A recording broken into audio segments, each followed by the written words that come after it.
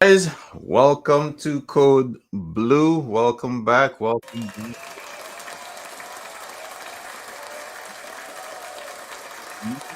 to the show.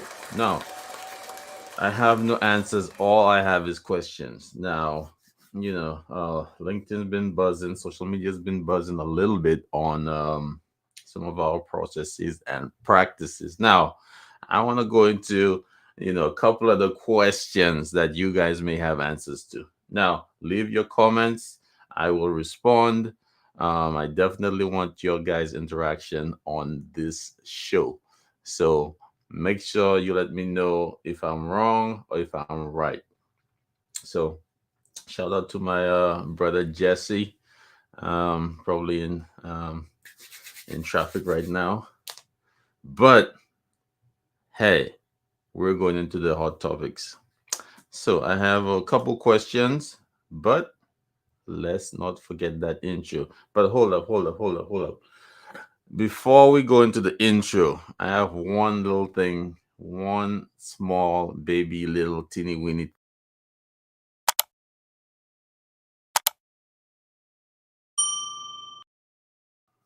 And make sure you guys use your pinky finger. Your thumb may be a little too big. Make sure you use your pinky finger to get that, to hit that notification bell so that you will be notified every time we have new content coming out. Thank you guys. Now let's get into that beautiful intro.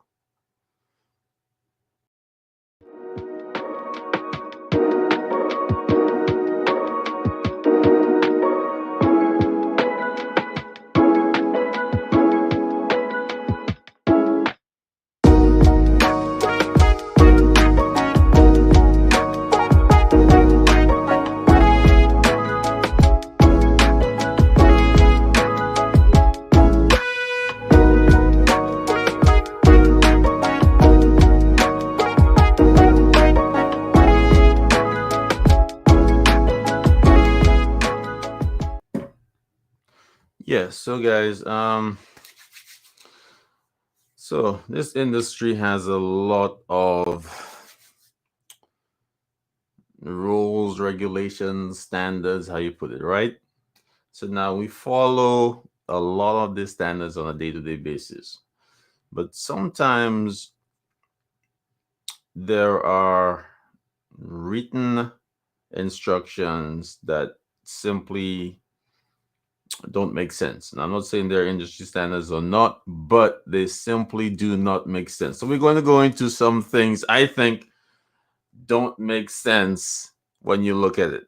They just don't make any sense. They don't make any sense. They like we have some things that we follow that don't make any sense. Now, let's take into consideration that the pill pack situation, right?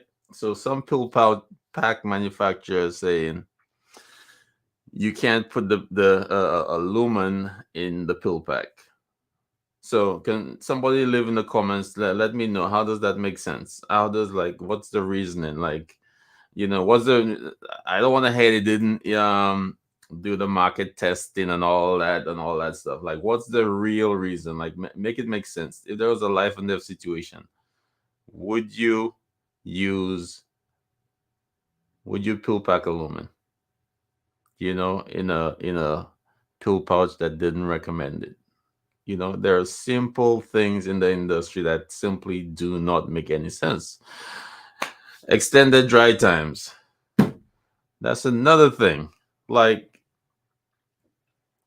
why would you dry something for 90 minutes if all evidence has shown you that this is dry and it's in a pill pouch? Because IFU says 90 minutes, we're gonna put it up to 90 minutes. And then if we have a 30-minute dry time and it dries, then we're going to say, oh no, this thing isn't sterile.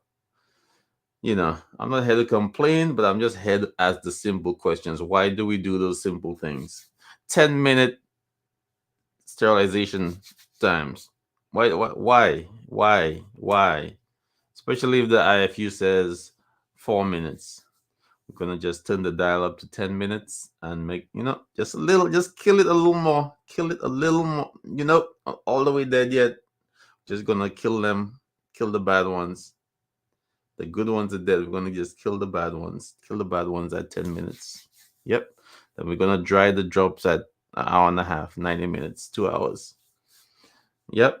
Yep. So let's get into some specifics now. My little notepad here. Now I'm looking. Now, so rinsing or not rinsing, right? Like when we get our instruments in Dick and Tam. Oh, okay. So are we rinsing, and why are we rinsing? Now I know we have we have, like, we follow different steps. And Jesse, I'll get back to you in a second.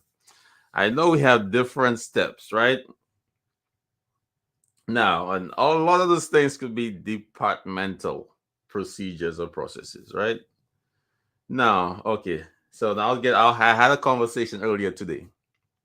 Now, rinsing, I'm not saying rinsing is a bad thing. Rinsing is good. There's only so much water can do. There's only so much water can do. Purified water, deionized water, whatever you call it. There's only so much it can do, right? Then you have to look at what else is the added solution doing to your your disinfectant or your detergent. You diluting that every time you put a new tray in there that's rinsed or soaked or whatever you call it, right? Now your pH levels are changing. Now that's if you do not, every tray you put in there, if you drain your sink every time, okay, that yeah, okay, your levels will remain the same, right? Cool, we understand that. But if you're gonna do that with multiple trays, then your dilution is, you're not getting the same effect that you got on the first tray on the last tray. Okay, so you have a process where you say we're gonna rinse every time, no matter what it is. It could have just came out of, you could have just took it out of the wrapper and brought it to Dick and Tam. We're gonna rinse it, right? Okay, so where does judgment come in into this? Where you say, where does judgment come in? Where you say, you know what? I don't see any visible soil. This hasn't been used or tampered with. You know what? I'm just gonna proceed with this in my enzymatic solution, and then I'm gonna take it to the washer. Okay. So to answer this question, or to help state his point, we're gonna bring on Mr. Lopez. What's up, brother? Okay, I'm not hearing you. So you sound like a mouse. So you have to adjust your speakers. And that's, I haven't heard that before. It must be an iPhone. It must be an iPhone. Can't hear you yet. Can't hear you yet. It must be an iPhone. I'm telling you. I'm telling you, it must be an iPhone, Jesse. I know it's an iPhone. No. You probably have your earpiece on. Do you have your earpiece on? Yes. No. You might have to do the take out the Bluetooth.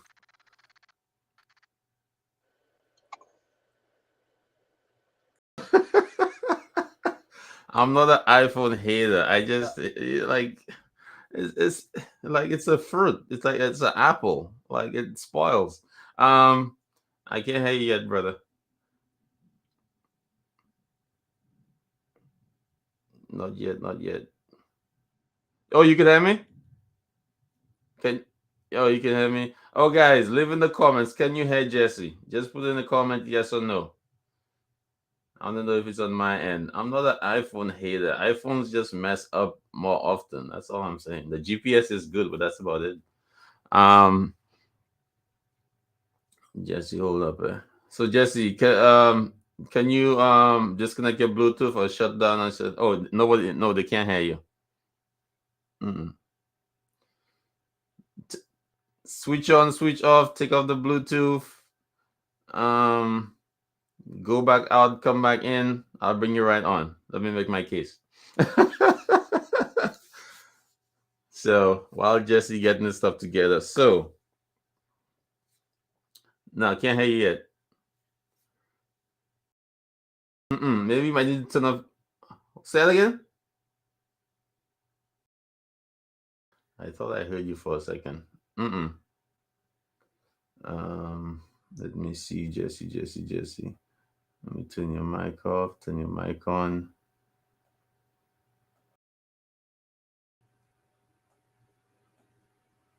All right, your mic is back on. We can't hear you. Try and go out and come back on.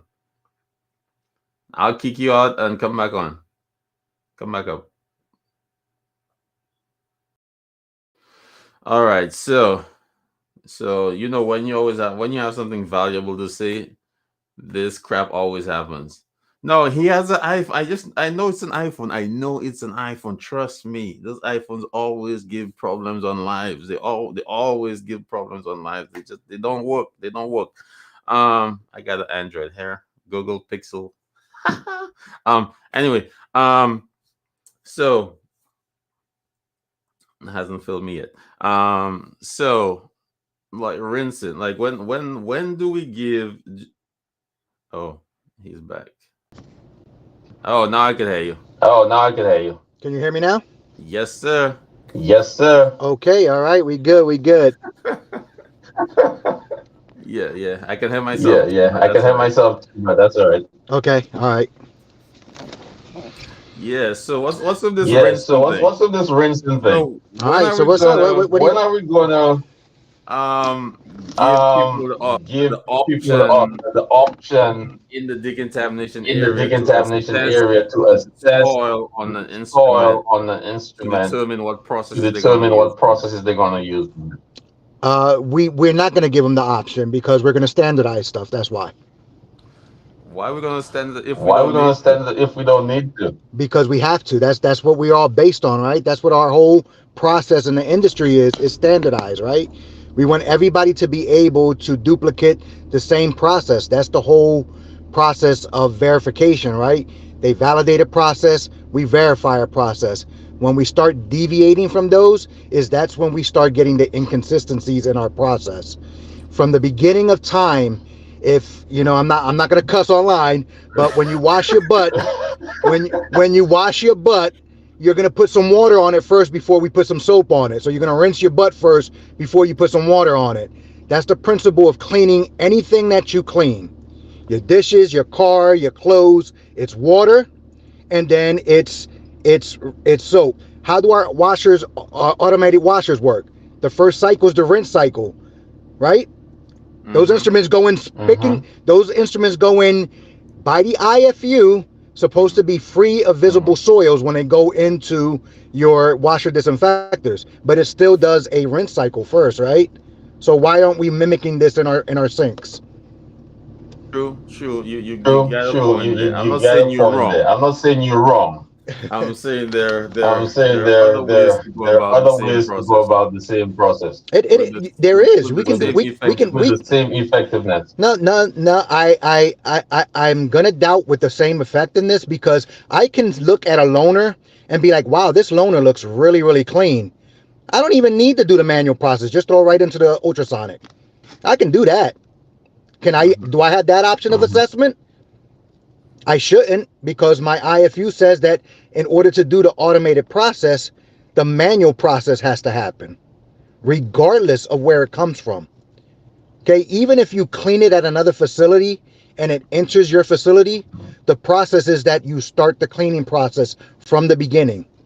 There is no option of saying, oh, well, if your sister facility cleaned it, you don't have to re-clean it, just throw it into your washers. That's not So the option. So where does inspection come where into does play here? inspection come into play here? What does what?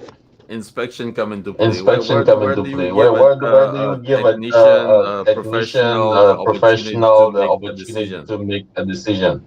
The decisions come in the process. The decision is following the IFU. If I gave you the decision of coming into work whenever you want and not give you a 7 to 3:30 schedule, do you think you're Mm-hmm. going to come in at 7 o'clock every day? Tomorrow, I might say, hey, you know something? My favorite cartoon is on in the morning. I'm going to go in at 9 o'clock.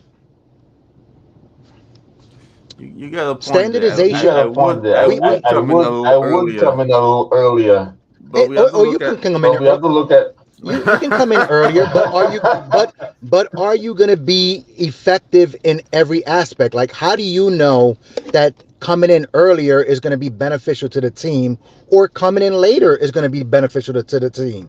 That if the decision is left on you Mhm. to make that decision and modify that every single time, there's never going to be any consistency. So it's unfortunate that our industry already doesn't follow the standards. We really deviate from it because you see it when you go from facility to facility, and just by having this conversation, we know that there's inconsistencies in our industries.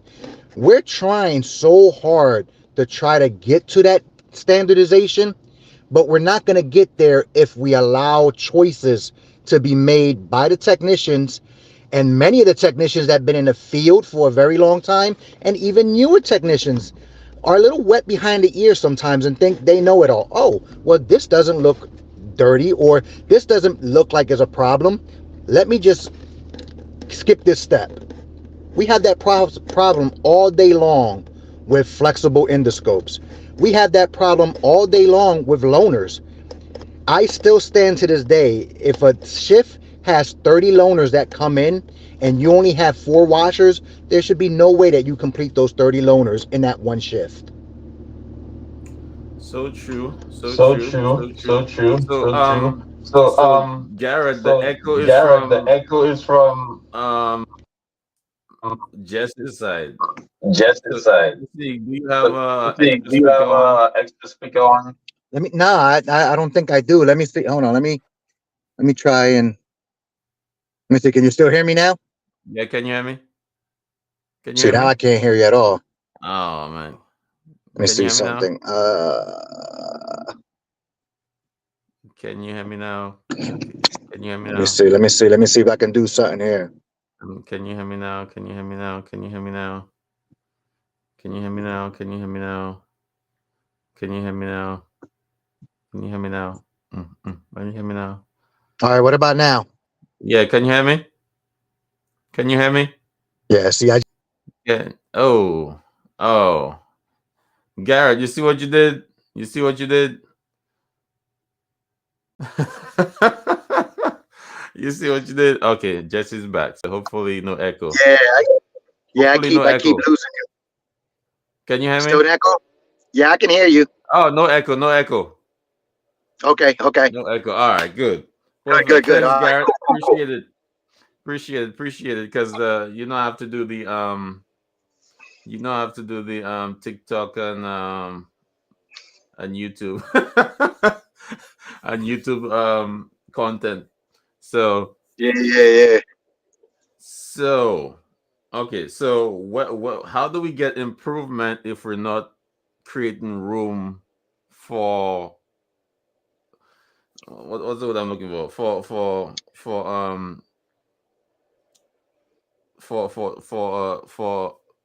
optionality in terms of reprocessing instruments? Because if I see a skin hook, I'm gonna reprocess that different from a mallet.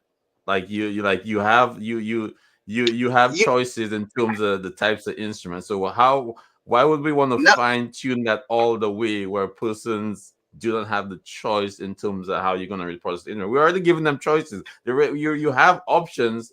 If you see something that's hand washed, you don't put it in the sink and soak it, right? Yeah, you So do. Yeah, you do. no, Hand I wash mean items are soaked. something that sorry, some things that's water sensitive, right?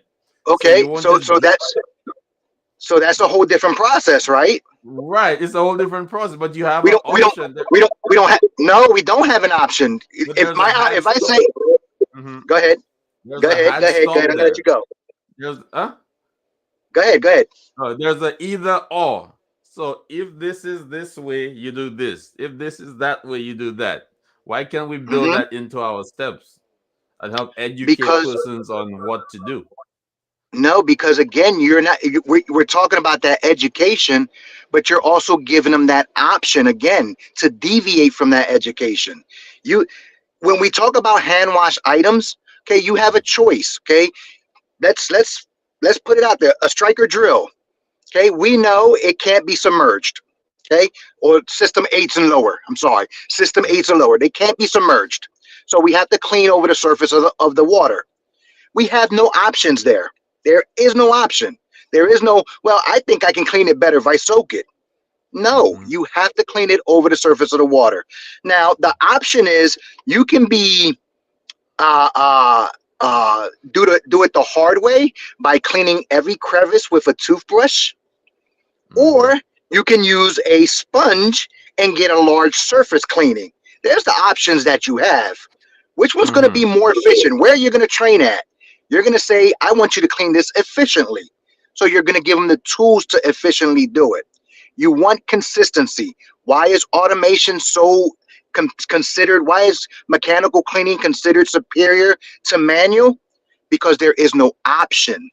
You clean it on the same cycle every Okay. time, except when you're doing your implants or your eye instruments or your delicate instruments. Then Mm-hmm. you have specific, but you don't say I'm going to clean my orthopedic instrumentation on a delicate cycle. But No, you you have you clean you it on your have ortho cycle. you have process, like, if you don't, like, I understand what you said. You want the process because you don't want to you want the rigid process because you don't want deviation. But if you don't give the choice, you'll have issues. If you don't give a choice and you educate on the why are you doing this to get this result, you'll always have options, because there are this person who will follow the letter of the law to the T, and they will still come across issues where you have to use your judgment, your professional judgment, to make a call that something went wrong and you can't follow this process as is. That would not be an education problem. That would be a verification of the validation process. That's where that option comes in at, is when you're verifying the IFU and you're following it to the T, and you're seeing that you're not getting the results that you're looking for. That's a question that you bring up to a higher up, not an option of saying I can do this better. I can pick a perfect example: removing bone cement from an instrumentation. Okay, there are so many different creative ways to remove bone cement from an instrumentation.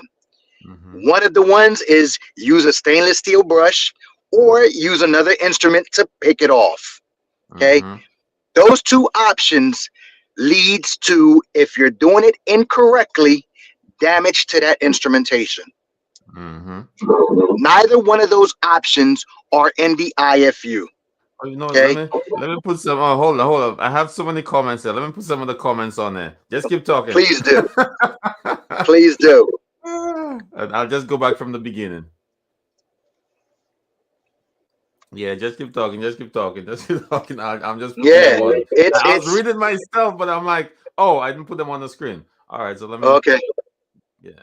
Yeah. So I mean, again, it's I have no gripes with people who are critical thinkers. We need critical thinkers in our industry, but those critical thinking skills cannot be applied to giving you options on how to clean a device. If your device is telling you, or if your process in your facility is you're going to rinse, you're going to soak to loosen up the soils, and then you're going to do a final rinse, my option should not be, hey, I'm going to rinse, I'm going to soak, and I don't need to do that final rinse because my washer disinfector has a rinse cycle. Why should I not? Why should I do that? Just throw it in a washer disinfector. I think it'll save me time, and it's more effective because it's consistent rinsing. Well, that's not the point why we do that final rinse with critical water. Okay, that final rinse is because the detergent in your manual sink may be different from the detergent in your washer disinfector. And if you're creating foaming during that rinse cycle, you abort your washer disinfector. That's where the education piece comes in that you were talking about of why we need consistency in our processes. The minute we give people options to, hey, there's more than one way to skin a cat, is that's when people start getting creative and they start getting lazy. Hey, I can soak two trays at the same time and save time. Okay, Mhm. well, what if one of those instruments are not being fully submerged in the solution? What if you're not getting full contact? What if one instrument set needs a 10-minute soak and the other one 5 minutes and you forgot which is which? That option should not exist. So as a tech back in the day, so and I understand what Guard is saying. As a tech back in the day, um, I found myself frustrated when I saw processes that were antiquated or that were redundant. So now, if you're saying everyone needs to follow the same process, you're gonna find a lot of frustration within departments where persons are more educated than those persons creating the processes and know for a fact that this is a process that doesn't pertain to this specific sets. Now you're following a process, creating more time constraints because you want everything standardized, but certain instruments could, you could deviate from that process, that standard process you have within your department for X, Y, and Z instruments. But still, you want everything standardized. Like, for example, you have some persons, hey, auto 10-minute sterilization time, 60-minute dry time. Okay, it's standardized because you don't want persons going 4 minutes, 5 minutes, 7 minutes, 6 minutes. So you just, okay, let's just bring it up to 10. Instead of doing half an hour, 35, 40, 45, oh, we're just going to do 60. Now you're wasting 3 or 4 minutes in terms of sterilization contact time, and you're wasting about 15, 20 minutes on dry time just because you don't want the deviation to happen, right?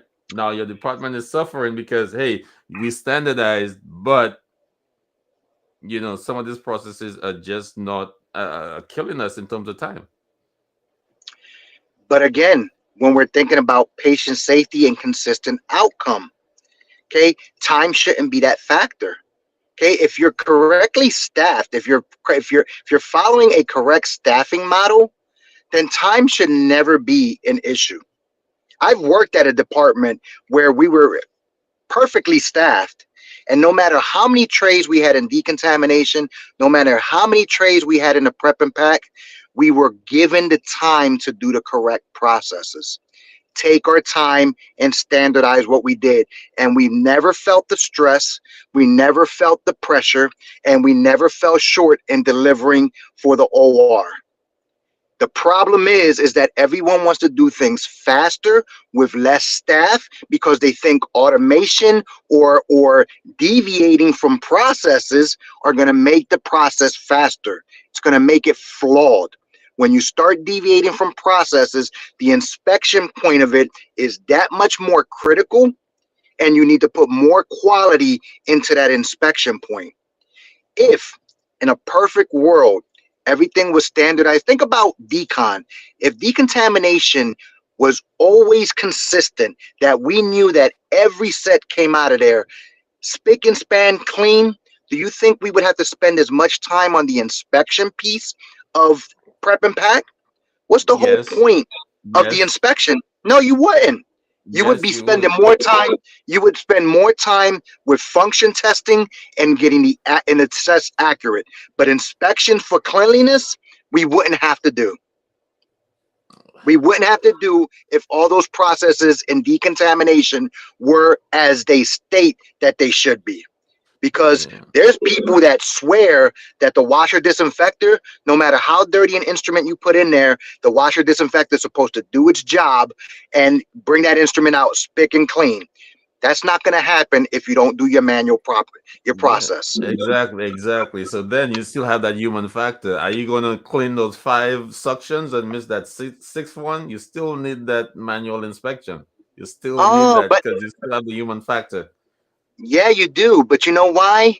You know why? Because people deviate from the standard. Oh, I don't need to flush and brush all of these suctions. I'll just flush and brush the ones that look dirty. Come on, give me a bomb. but Give me a but bomb, damn yeah. it. hold on, Give me a hold bomb. on. What I got there? What I got there? What I got there? What I got there? What I got there? I'll give you a chair. I'll give you a clap. Or I'll give give me a you a clap. clap or something.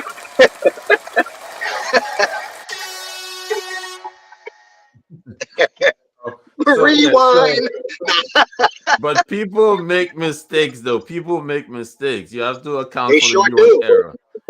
They sure do. 2 a.m. in the morning, someone's in Deacon Tam trying to stay up, trying to stay upright, keep their PPE on with their foggy mask. You miss one of those lumens at one time and then it goes through the washer. I get it. I get it. But again, this is where the education and the time comes in at. Okay. You have to give people the time to do their jobs.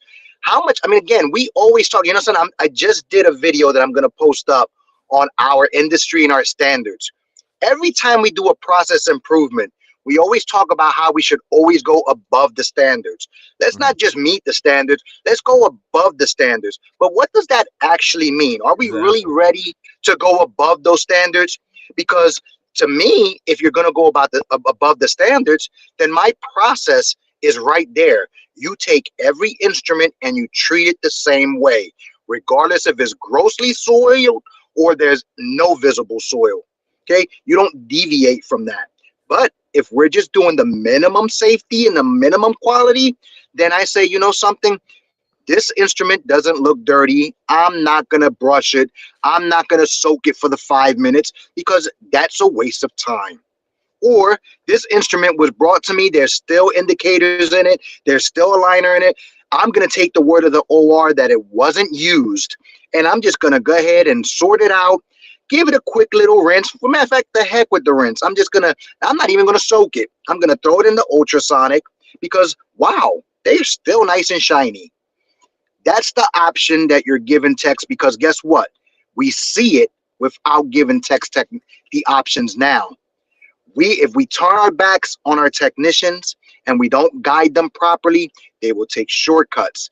It's not just human errors, it's laziness because they feel the pressure and decom. Because I'm going to be real, I was that lazy tech. Oh, this looks clean. Why should I do it with my students all the time? They tell me, well, Jesse, does it really matter that we have to open up all our instruments? Yes, it does. Because for effective cleaning, you need time, temperature, concentration, and contact. Those are the important factors of cleaning. Remove one of those factors, and you have an unsuccessful cleaning process. And they look at me and go, but Jesse, this doesn't look like it's been used. How do you know that?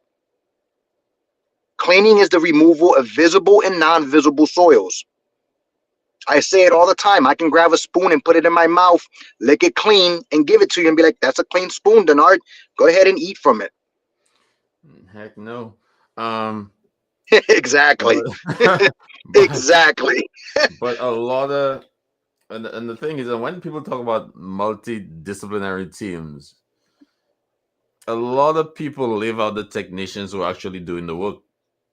They get the OR involved, they get the nursing staff involved, they get all the services involved, but they don't pull a technician in to say, hey, is will this work with You, our you, you know, the constraints of our department, our staffing, etc., and our processes.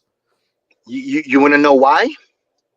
Why? The simple reason why when we get these supposedly, because I've never seen a multidisciplinary team. For matter of fact, I'm lying. I was in one of those multidisciplinary teams to do a RCA on an issue that happened.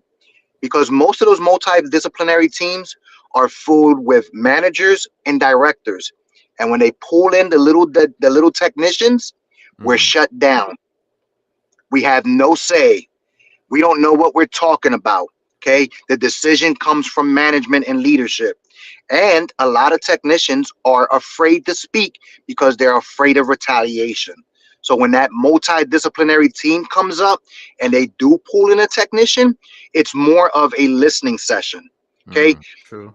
It's like that when you're around big hitters. I'm gonna be Hold up, real. hold I up. felt like that when I went to my first Amy conference.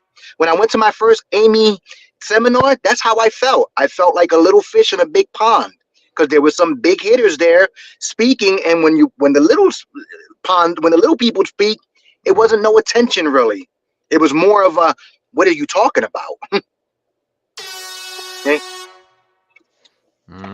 Yeah, you have a point there. You have a point there. You have a point there. But then again, when you have those processes when you have those processes in place, and you say, "Hey, let's standardize it," are you just adding another step and saying, "Hey, we're surpassing the standard," or are you creating a step or a process that actually is actually effective? So a lot of people Well, if think you I will add an extra step, and okay, we'll add another inspection.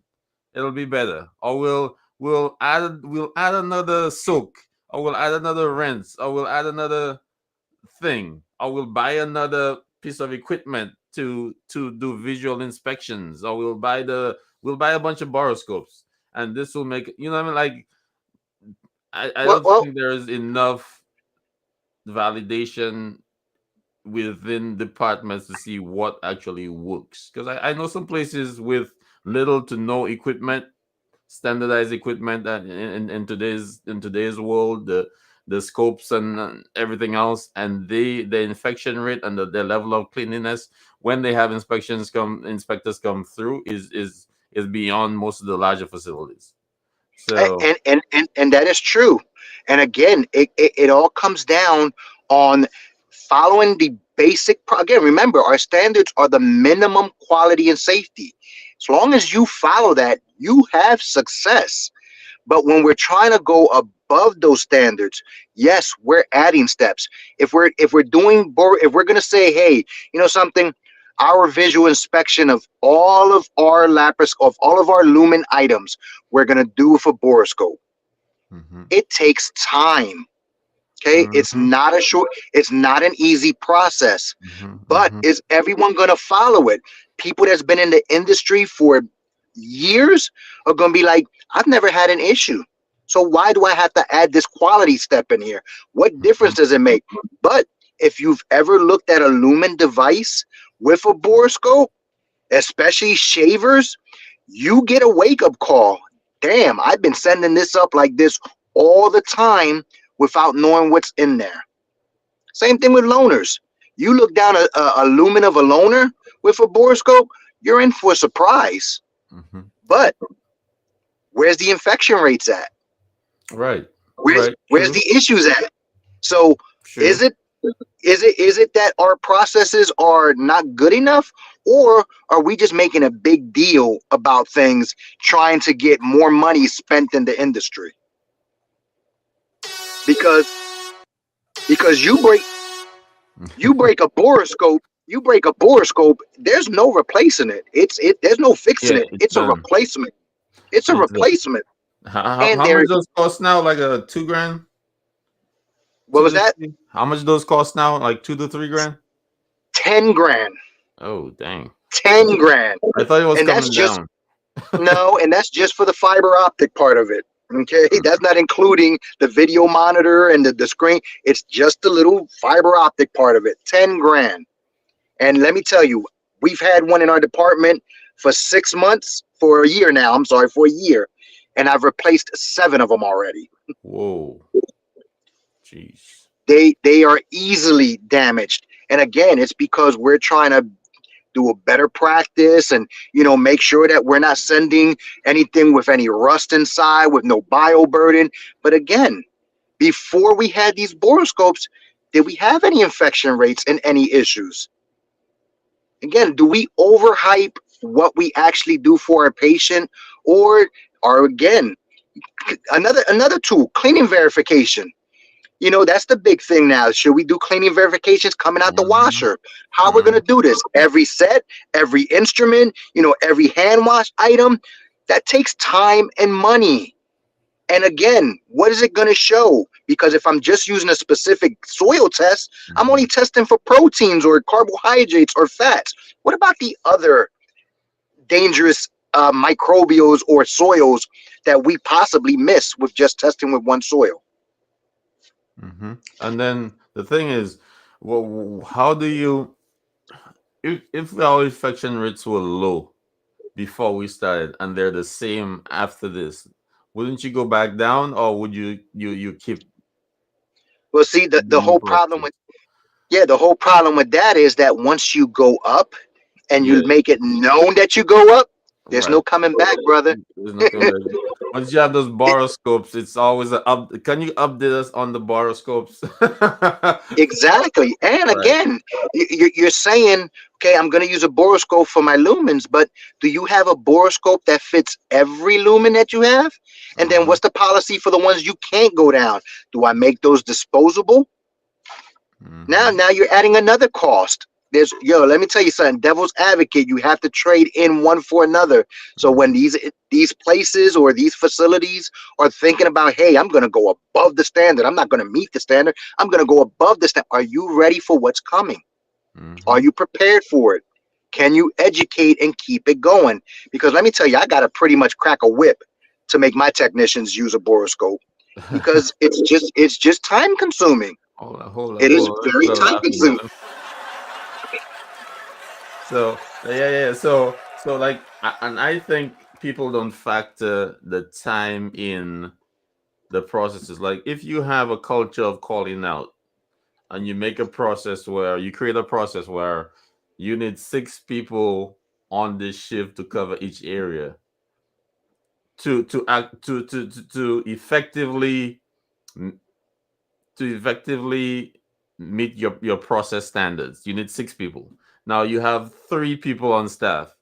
Your process will suffer because you didn't create a process that would work regardless of staffing. And I think No, that's but the. you're right. But you know something? You want your process to suffer because if you can do it with 3 people, Mhm. the C-suite's going to look at it and go, well, if you can do it with three, why should I give you six? That's our Right. issue with our staffing now. Regardless of how short staffed we are today, we're still making the process work. And that's why we can't get the staffing needs that we actually require. Again, there should be no way that you have 4 washers, everything else going on in your facility. You got 30 loaners and you still can do that in one shift. you That's a you problem. you That's a only get problem. You only get staffing when a case gets canceled. Your staffing gets looked at when cases get canceled. Besides that, Exactly. we're good. But but who has the audacity and who has the fortitude to really start canceling cases? Almost every director that's out there, that's the worst thing they ever want to hear is I'm Mhm. canceling cases because I'm short staffed. No, they're going to make it happen. Yeah. They're going to make their managers jump in. They're going to put themselves on. Some of them, I know a couple that would actually get in there and do the work to make the process happen. But they don't make it known to the C-suite or everyone else that, hey, my staff is suffering. Okay, but we're still getting the cases done. We Hmm. don't have no we don't have no cancel cases. We don't have Right. no case delays. Well, guess what? We need to start canceling cases. We need to start delaying cases because we are driving our staff into the ground. Okay, Hmm. we talk about burnout all the time, but we don't give a solution on how to fix it.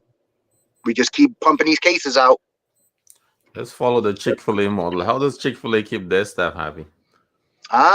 You know something. I mean, you know something. I would like to know. I never really looked at that model, but they have one Hmm. best service departments out there.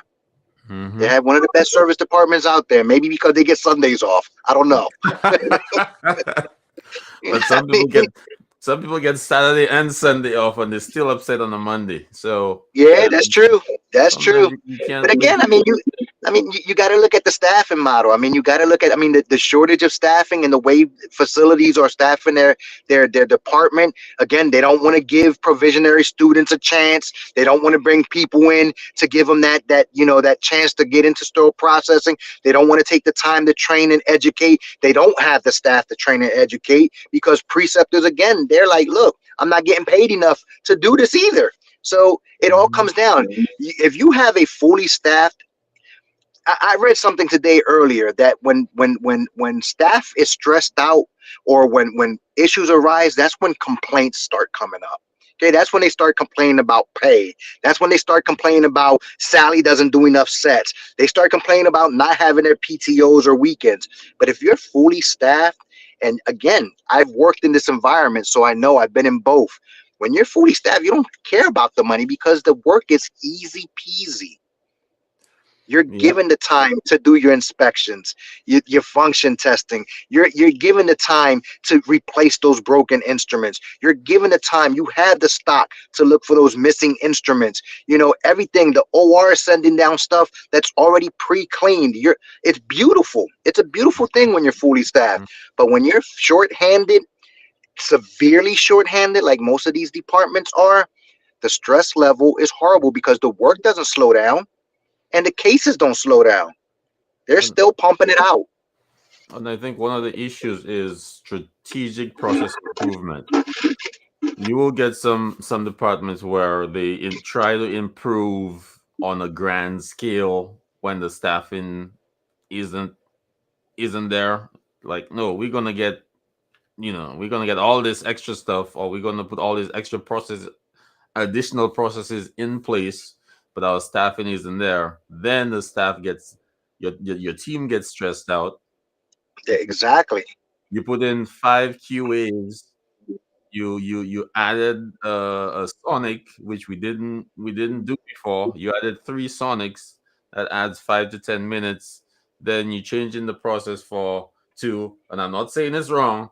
We have to rinse, soak, and rinse again, and after we sort, etc., etc. But you add in 5 different processes and QAs. Then you have a sign off on your case cards. You have a sign off on your instrument trays, and like, oh yeah, we made in best practice, but you didn't allow your team to catch up to all the processes you made.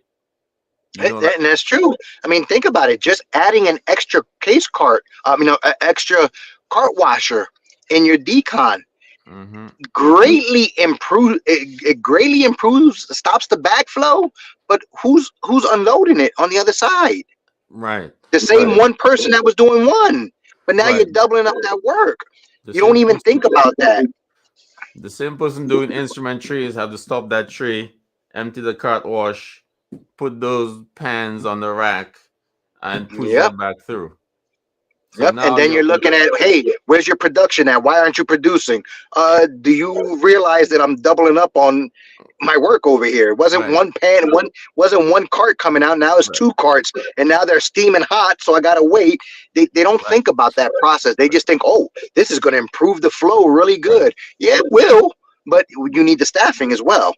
and and then we'll throw another wrench in there. Our container rate was 40%. Now you bought 500 containers. Now 80% of our trays are in containers. Now you're wondering why I'm constantly at the cart wash, because now everything goes in the container. Before I could wrap that Wrap. thing. I won't have to wait Yep. for the Exactly. You always have to look. I look at it as when we're looking at these sets and the doctor says, "Hey, you know something? I need 6 extra hemostats in there." Okay, we give it to them, but are we taking anything out of that set? Next thing you know, that tray that was 10 pounds is now 32 pounds, and you're Mhm. wondering, well, what happened? I gave you something, but you got to give me something. I want to add these 6 hemostats for you, doc, but what can I take out of this set? Because every time the set comes down, the same 10 instruments are dirty, and there's 59 instruments in here. We got to take something out of here. So Definitely. it works the same way with our processes. As we're improving our process, we're trying to make things, more streamlined. We're trying to increase our productivity, which I get, but we also want to have that quality aspect of it too. It takes time and it takes the manpower. I say it all the time. Those borescopes take time. You got to go down each one. You got to, now you're looking at something at a magnified level. Is it bioburden or is it just a blemish? I don't know. I've never seen the inside of a lumen. So now I'm looking at it sideways. Oh, did somebody actually tell me that this is wrong or right? No, now you're walking around looking for answers. This doesn't look good to me. Hmm. Where's the So, education? so Jesse, I'm gonna take you. I'm about to do a little infomercial. Are you wanna stay on? I'll bring you, put you back down Nah, if nah. you want. I'll be right All on. right. I'll be right here. I parked it. Yeah. I parked just for your show. All right. So, so guys, I've been using this. If you've been watching the show, I've been using this Rode Mini for about 3 years now. So now this is a beginner's mic, but it's also a pro mic also. So if you haven't seen it, here it is right here. It's on Amazon, and I'm an Amazon affiliate. So if you're interested in getting this mic, click on the link. I'll put it in the in the chat below and in the comments. So click on the link and get you a Rode Mini. I'll be getting some proceeds if if you purchase this from the link. This will help support the show. So guys, you've seen me before. Here are my previous podcasts with this mic. So I've used it for about 3 to 4 years. And if you guys are starting a podcast or interested in improving your sound quality, check out this Rode Mini, and I'll put the link in the comments and in the description. Peace.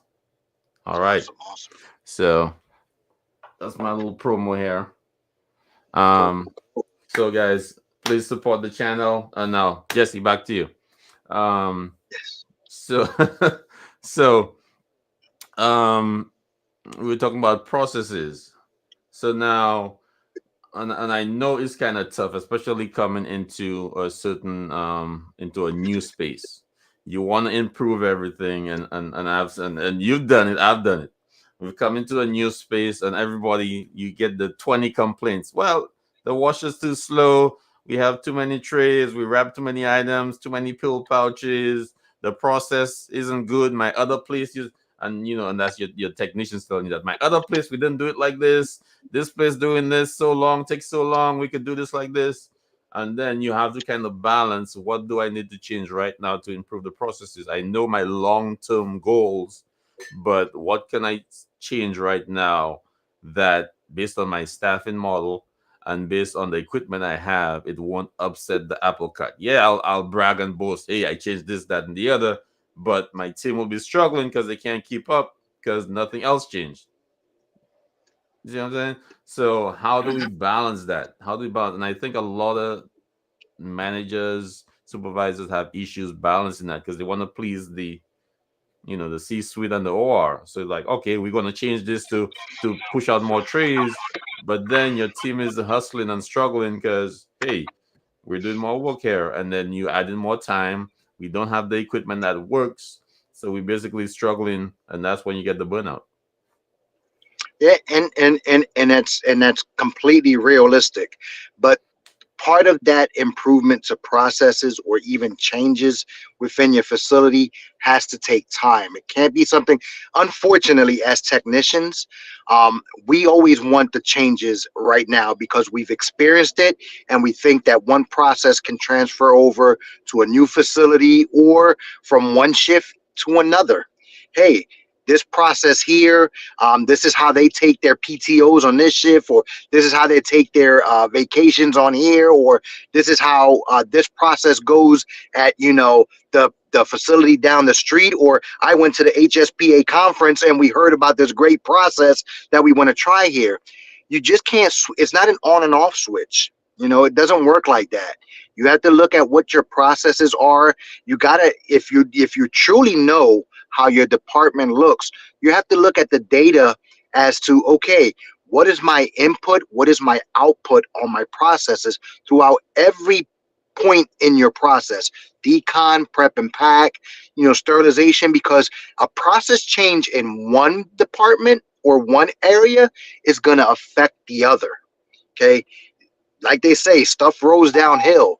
So when you make a change to one process, you have to look at it to see how's it going to affect the next process, the next shift, or even the technician that that process is going to affect. So, yes, it's nice to hear different ideas and different processes, and you can even trial it. It's just like we do with our instrumentation. Hey, we're going to trial this new set, see how it works. The doctor is going to use it a couple times.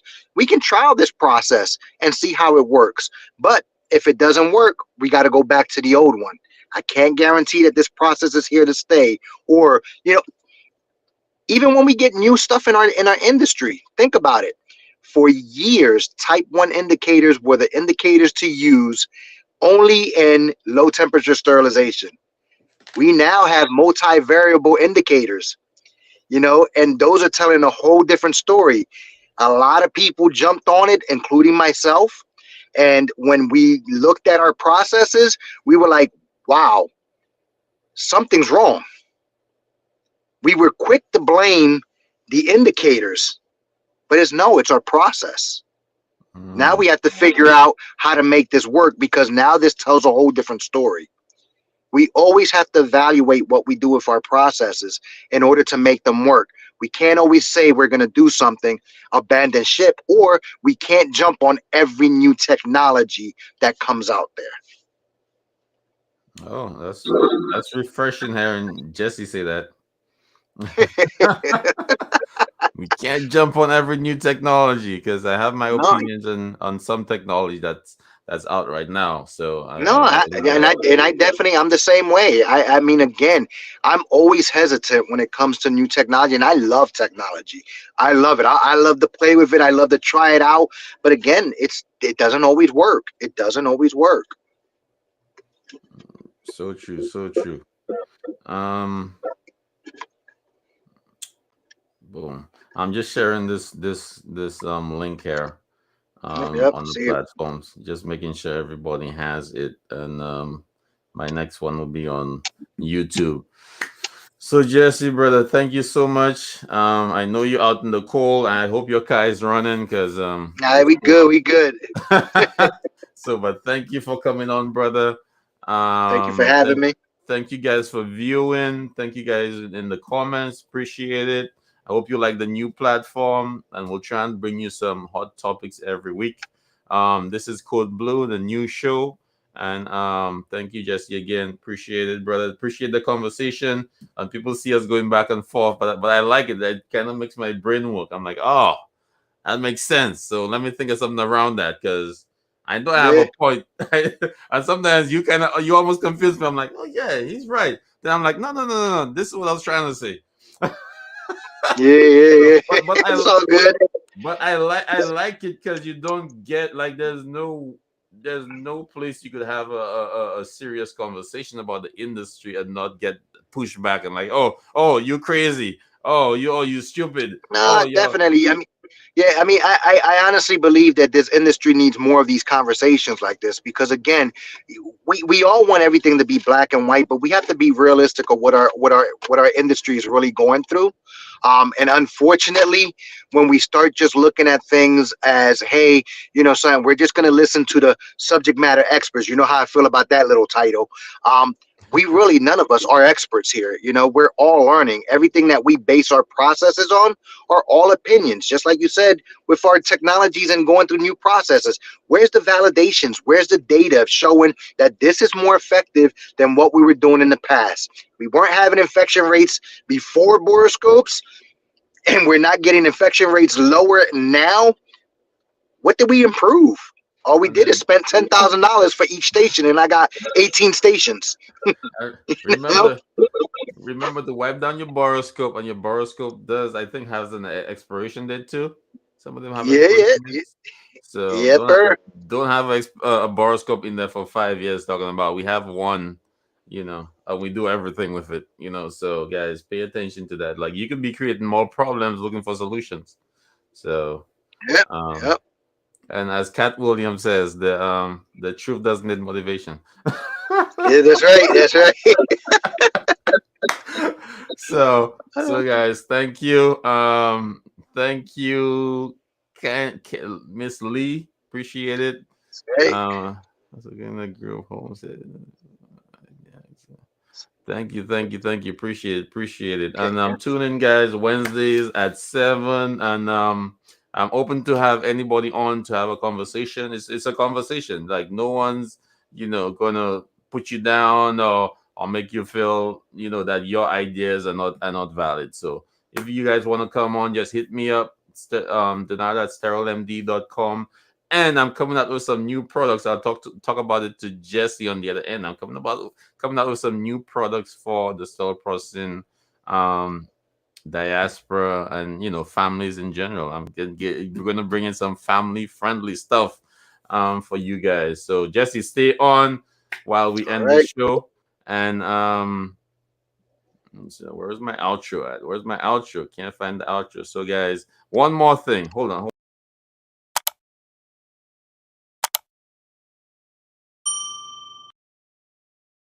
Like and subscribe, and please make sure you use your pinky finger, hit that notification bell so that every time we have new content coming out, you will be notified. So, guys, outro.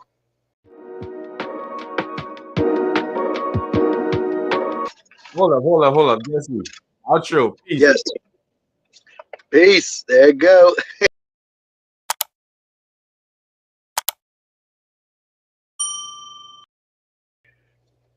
All right, we out. Yes, sir. I think we're done. Nope, we almost done.